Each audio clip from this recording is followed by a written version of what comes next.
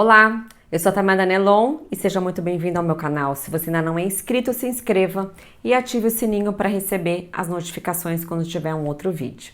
Bem, no vídeo de hoje eu vou explicar sobre o caso Daniel Silveira. Eu vou fazer um resumo em 10 pontos, onde eu vou explicar todas as irregularidades e as ilegalidades deste caso, desde a prisão do deputado Daniel Silveira. Depois de assistir o vídeo, você vai ter argumentos jurídicos para conversar com seus familiares ou com seus amigos e ter fundamentos. Então muita gente fala, não, essa prisão é ilegal, é inconstitucional, ela não poderia acontecer. Agora, por que ela é inconstitucional? Ele não poderia ter sido condenado, pois o processo é cheio de erros. Agora, por quê? E quais são os erros? Então agora eu vou te explicar.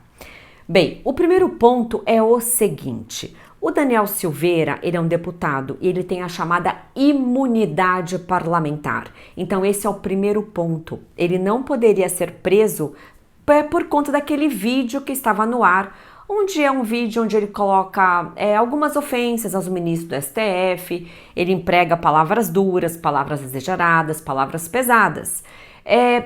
Contudo, o artigo 53 da Constituição Federal diz que os parlamentares, eles têm a imunidade parlamentar. O que é isso? Eles são invioláveis em quaisquer de suas palavras, opiniões e votos.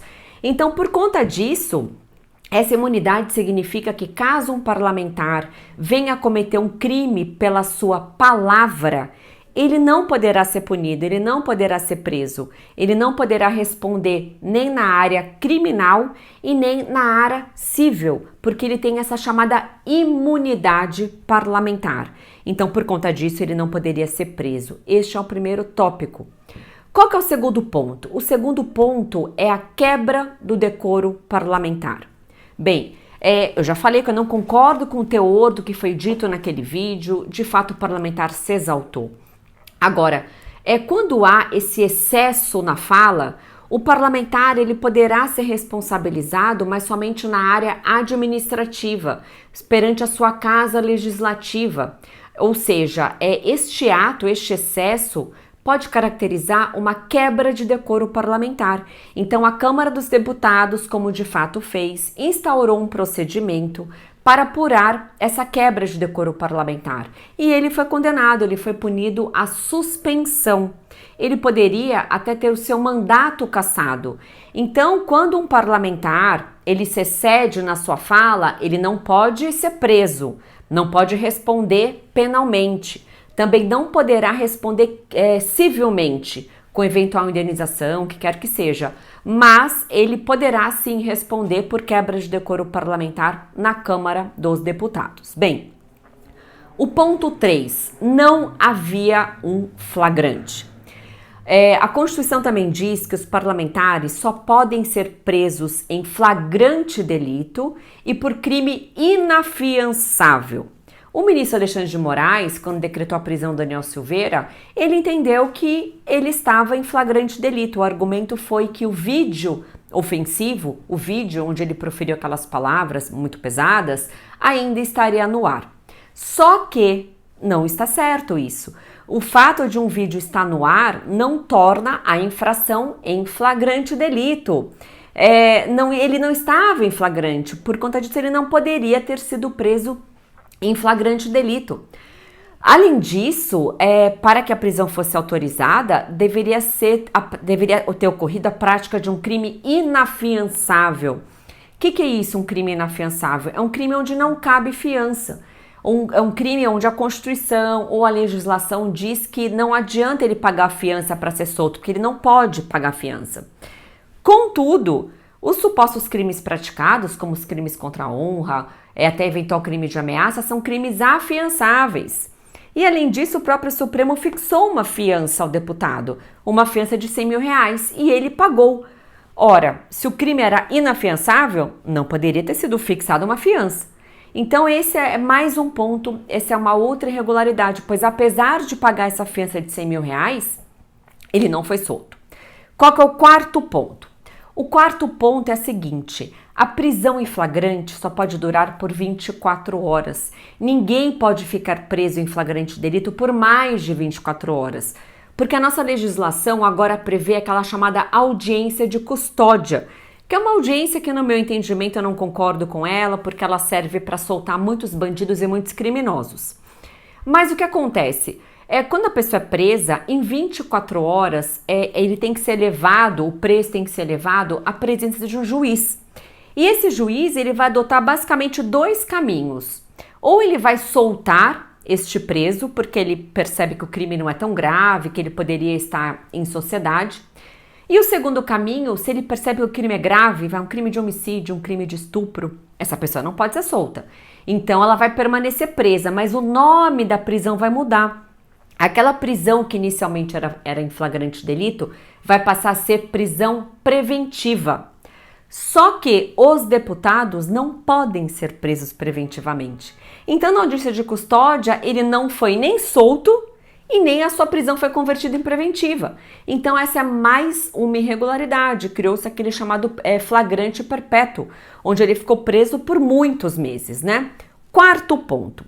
A questão da tornozeleira eletrônica. Não poderia ter sido colocada a tornozeleira eletrônica, dona Maria Silveira. Por quê?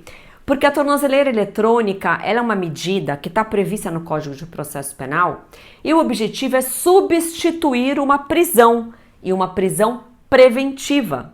Então, quando alguém foi preso preventivamente, quando há um mandado de prisão preventiva, o juiz percebe que essa pessoa até pode ser solta, mas ele coloca essa chamada monitoração eletrônica.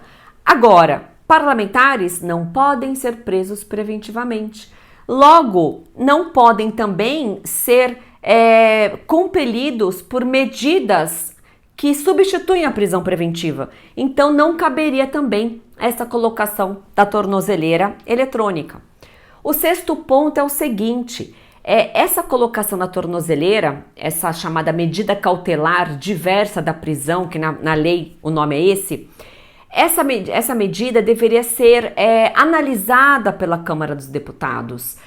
O próprio Supremo já decidiu que quando é aplicada uma medida cautelar a um deputado, a Câmara tem que se manifestar. E ele fez esse pedido à Câmara, mas o presidente da Câmara, o deputado Arthur Lira, não apreciou e encaminhou diretamente para o Supremo, o que é uma irregularidade. Caberia a ele pautar essa questão para que os deputados votassem e decidissem se estava correto ou não essa colocação de tornozeleira. Bem, vamos para o sétimo ponto.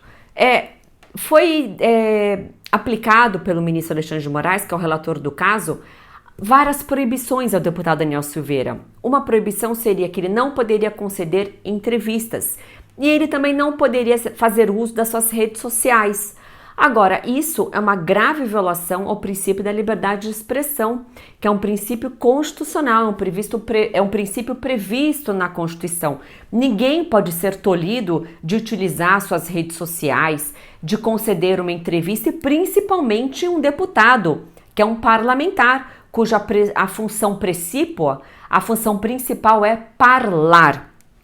Oitavo ponto a impossibilidade da aplicação da multa diária. Vocês devem se lembrar que quando o relator, o ministro Alexandre de Moraes, ele decretou a colocação da tornozeleira, porque por um momento o Daniel usou a tornozeleira, depois ele foi autorizado a retirada, daí novamente foi decretado que ele utilizasse a tornozeleira. Como o parlamentar ele não queria utilizar, porque ele achava que era uma medida irregular, ele foi à Câmara dos Deputados e ficou lá dentro e disse que não ia colocar a tornozeleira, que ele não ia sair da Câmara enquanto a própria Câmara dos Deputados não analisasse essa determinação.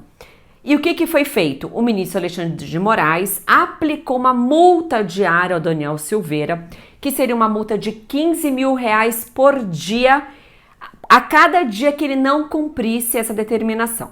Agora eu pergunto, isso pode acontecer? A resposta é não, porque não tem previsão no Código de Processo Penal a possibilidade de uma multa diária para um investigado ou para um réu.